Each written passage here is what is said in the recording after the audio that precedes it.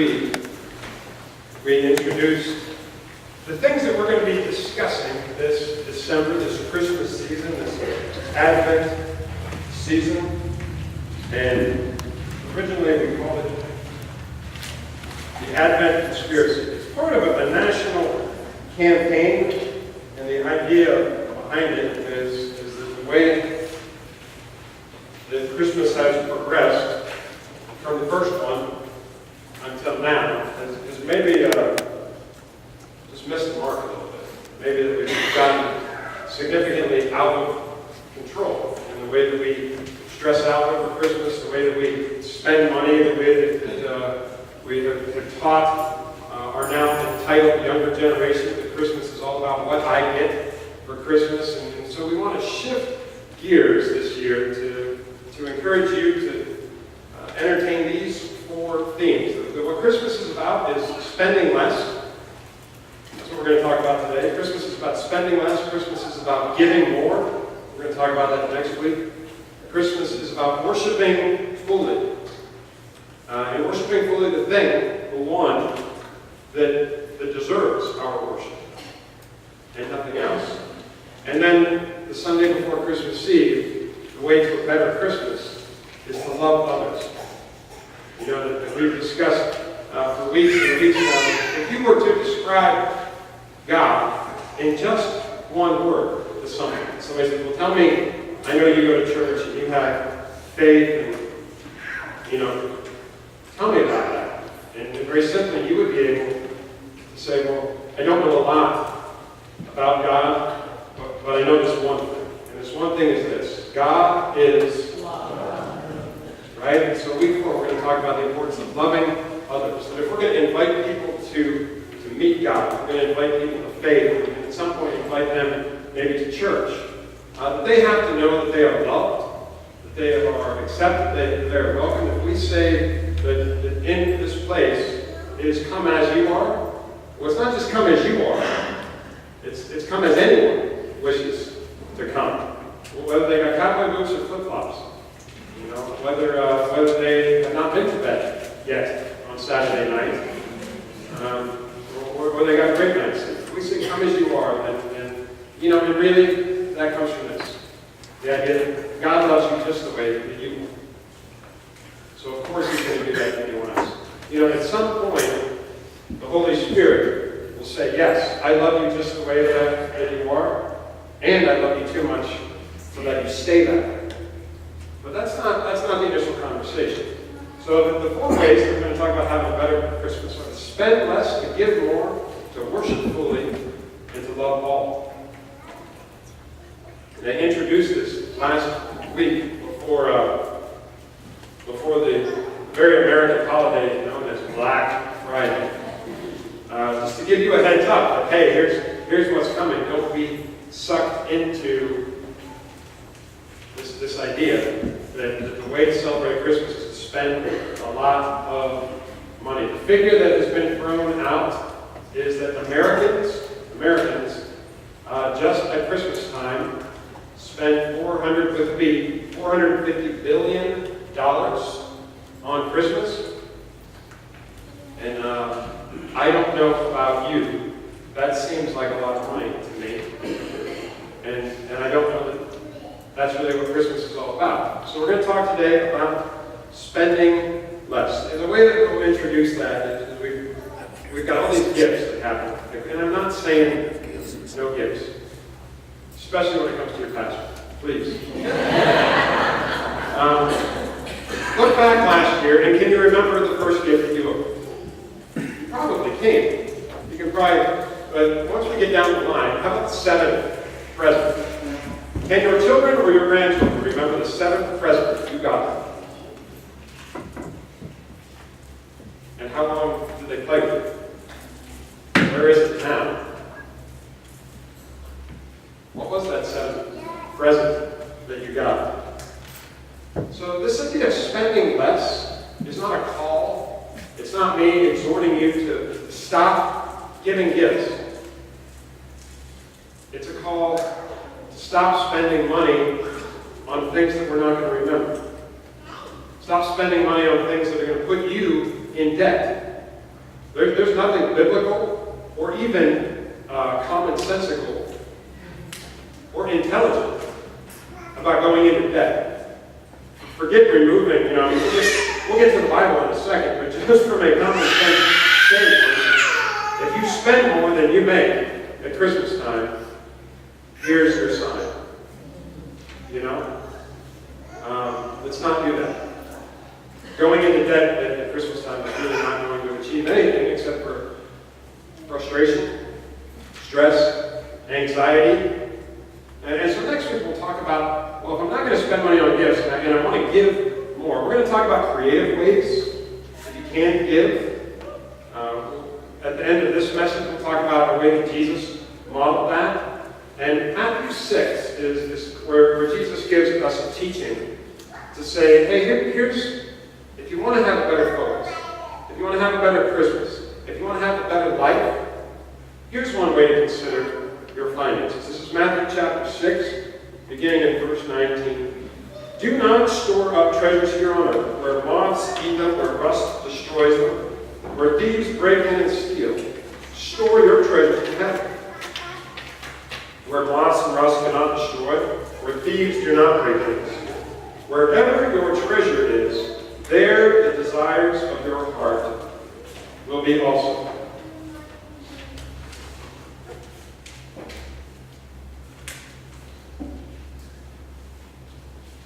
Somewhere along the way, this message got lost, especially at Christmas time. Somewhere along the way, somebody stole Christmas from us.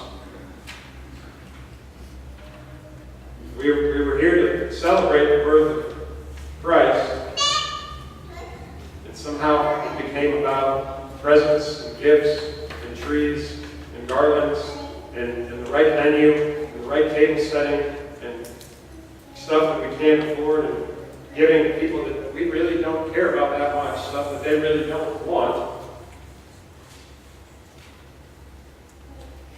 While we've been distracted, Christmas has been stolen. It's been infiltrated without us really even noticing. Christmas has now become all about the flat screen TV, the iPad, the iPod, you can get an i anything, I'm pretty sure. It's got that little I in front of it. You can put it, somebody posted, there was an iPoddy. That's right. All right. You see this is what Christmas has become, right? The iPod, the Xbox. The checklist of all the things that you've got to get done before time runs out. I mean, and this is the greatest country in the entire world. Leave it to the Americans. The very next day, after Thanksgiving, the day where we pause to be thankful for everything that we have, the very next day we go out and buy more stuff that we think we need. And I know even this year and then last year, not only is there Black Friday, there's Black Thursday night. Right? Stores open at 9 o'clock at night or at 10 o'clock at night or at midnight, and that's a way to tell your family that they're cherished. Right? I really enjoyed Thanksgiving dinner. I got to go stand in line. Tomorrow is known as what? Cyber. You guys. Cyber Monday. That's right, you want to buy some cyber stuff. You want to buy the iPoddy. You could probably find a good deal on it tomorrow on Cyber Monday if you're looking to buy. Christmas has gotten stolen from us. The greatest evidence that Christmas has been stolen is that people, I don't mean you necessarily, people think that the Christmas story, the real one, the one that we're going to look at today, people think that the Christmas story is boring. People feel like they need to replace it with TVs or iPads or whatever. The Christmas story, the story of Jesus' birth, boring? I don't know. Have we as Christians failed the world that much that we have let them think Christmas is boring. I'm going to talk about two words that describe the Christmas story this morning. One is scandalous, and one is dangerous. There's stuff that belongs on Dr. Phil or Jerry Springer that happens in the Christmas story. God enters into this dark, evil world through a baby covered in rags, and introduces us to a new life of abundance, not the kind that we've made it, a life of peace, a life of hope. It's a dangerous story set in dangerous times. Jesus entered the world, and as those who waited thought there was a Messiah, there was a Lord who was going to come, people assumed that he would be this great military, strong, big bicep hero, because Jesus entered the world into the thumb of a very ruthless and dangerous empire. And Christmas flips that upside down. The first Christmas story. The world was under the thumb of the empire known as the Roman Empire. The Roman emperors were called Caesars. Salad was later named after them. And they all ruled, thank you. I was just checking to see if you were still there. The Roman emperors were called Caesars, and they all ruled with an iron fist. They marched armies into villages. They demanded allegiance. And if you did not bow your knee and agree that Caesar is Lord, you would be killed. Your village would be burned. Village after village, nation after nation fell in this way so that Rome and the Caesars could rule the entire world. Now eventually the Roman Empire got so big, it stretched for thousands and thousands of miles. And if you've got a kingdom, if you've got an empire that big, how do you manage the day-to-day operations? Well, you select a local ruler, and you make him your puppet to rule on your behalf. You tell him something like, as long as you do what I say, you can live. And you can rule within reason, however you want. So you keep the local ruler under your thumb, and he in turn keeps the people in check. This way, you can control the entire world. In Israel, the land of God's chosen people, Rome picked a young warrior by the name of Herod and made him king. Herod was ruthless. He was paranoid. He was opulent. Herod marched into Jerusalem with 10,000 foot soldiers, 6,000 more soldiers on horses. And then Herod committed wholesale murder. According to one historian, they were determined to leave none of their opponents alive. It's pretty easy to rule if there's no competition. Herod had no regard for life. Herod announced to people that he took power by the will of God, all the while killing thousands of Jews to establish his kingship. He was ruthless. He was paranoid. It is said that Herod would put on disguises, that he would walk amongst the people to listen to what people were saying about him. And if he heard anyone say anything negative about him, you want to guess what happened to that person? They were executed. Herod was a father. He had sons. And he feared and believed that they were plotting against him. So he confronted them. And they said, "You're paranoid." They begged him. They stressed their love, their loyalty, and he had them all killed. One he had drowned in a pool.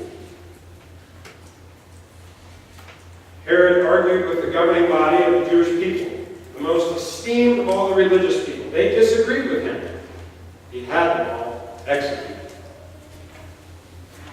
Herod was opulent. He built palaces and pools at the top of mountains where there was no water. He made harbors where there were none. He even moved a literal mountain to a place that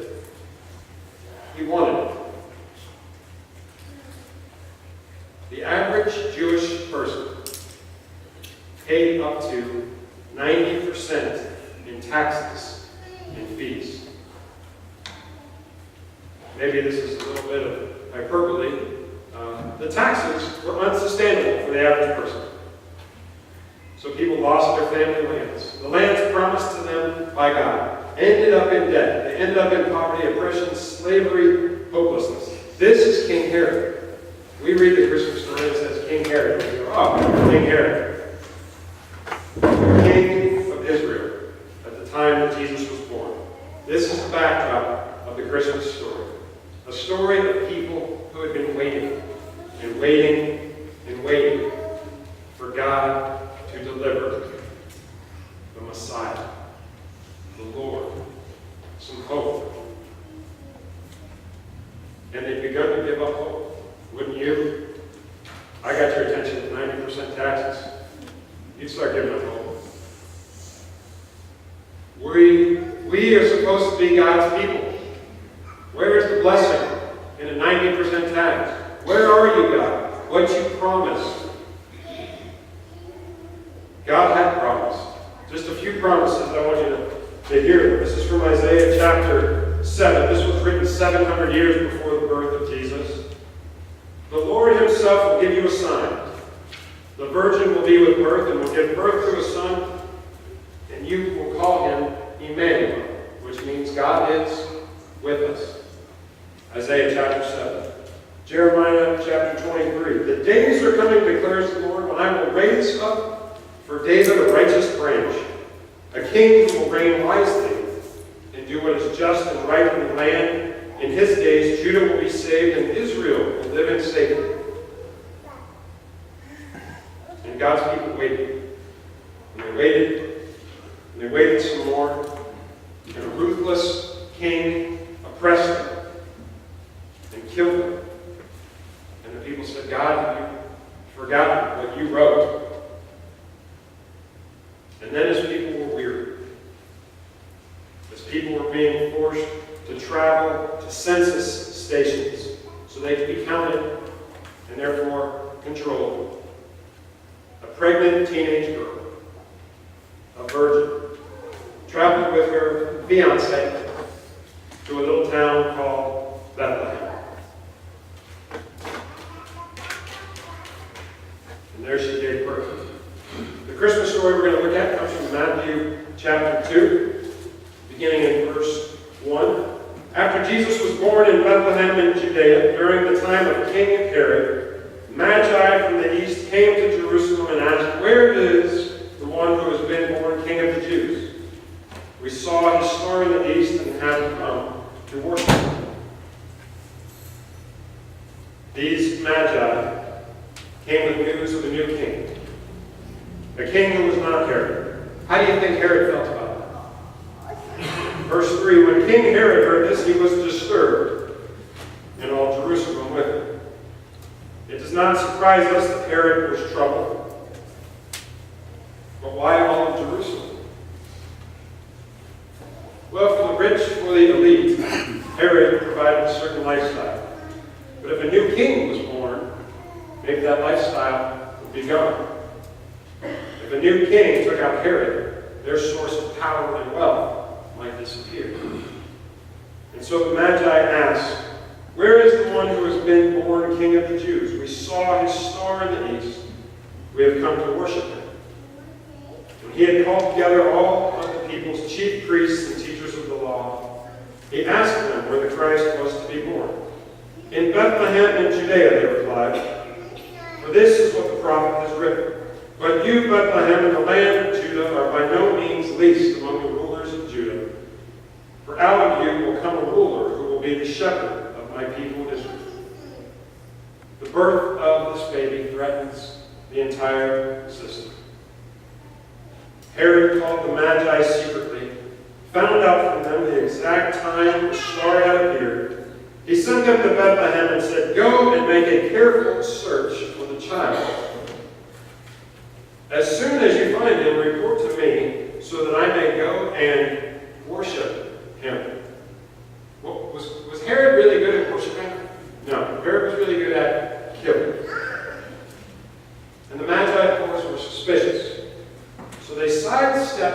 Herod. They went, they worshiped Jesus, and they returned home. Jump down to verse 13, where God himself warned Joseph, the father of Jesus. When they had gone, an angel of the Lord appeared to Joseph in a dream. "Get up," he said. "Take the child and his mother and escape to Egypt. Stay there until I tell you. For Herod is going to search for the child to kill him." So he got up, took the child and his mother during the night, and left for Egypt.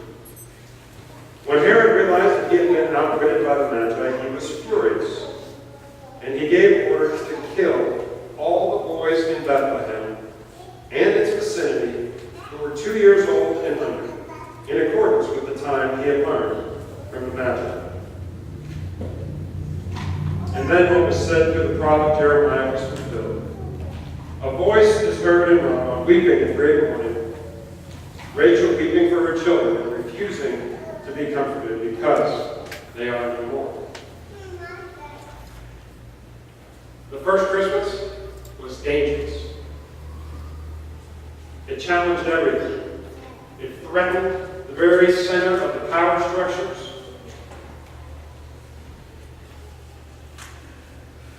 With just a few words, just these few words, Matthew points out to us, paints the portrait of an oppressor who had everyone in bondage. Hopelessness, oppression, poverty, the empire was winning. And then in the corner of Herod's empire, a little baby was born. A baby who would be the king. The first Christmas story wasn't a boring story. It's not even a cute story. It's a revolutionary story. It's the kind of story that can get people killed. Imagine if you heard this story, and you're one of the people being oppressed by the Roman Empire, and you think, what if this story about the baby is true?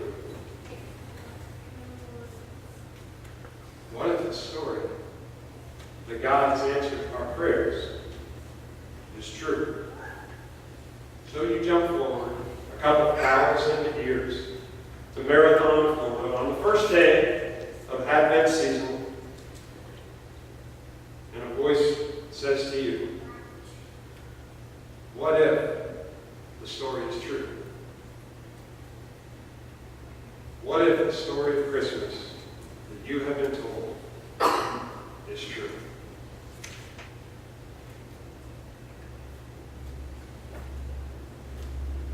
Or, what if Christmas is all about big business? What if Christmas is really about spending $450 billion? We are told this is what Christmas is all about. The story of Jesus' birth threatened the powers that be, and it still does. In him is light. That light is the light of the world. The light that shines in any darkness, and the darkness does not understand it, and the darkness will not overcome it. Christmas is a story of revelation. It's a dangerous story set in dangerous times. It's a scandalous story of God entering a dark world. And so this Christmas, this Advent, we will conspire with the light, with the Son of God, to reclaim the story of Christmas, to enter again into the scandal of a God who became man. And so we'll spend less. Because so often we just end up perpetuating and feeding consumerism and the false ideas that that's what Christmas is. We'll spend less, otherwise we're going to end up spending. We'll spend less because otherwise we're going to miss out on what Christmas is. It's just not one more thing to check off the list. We'll spend less, and instead we're going to give more. And the question, and you've got an insert, and I believe the website is myholidaybudget.com. Is that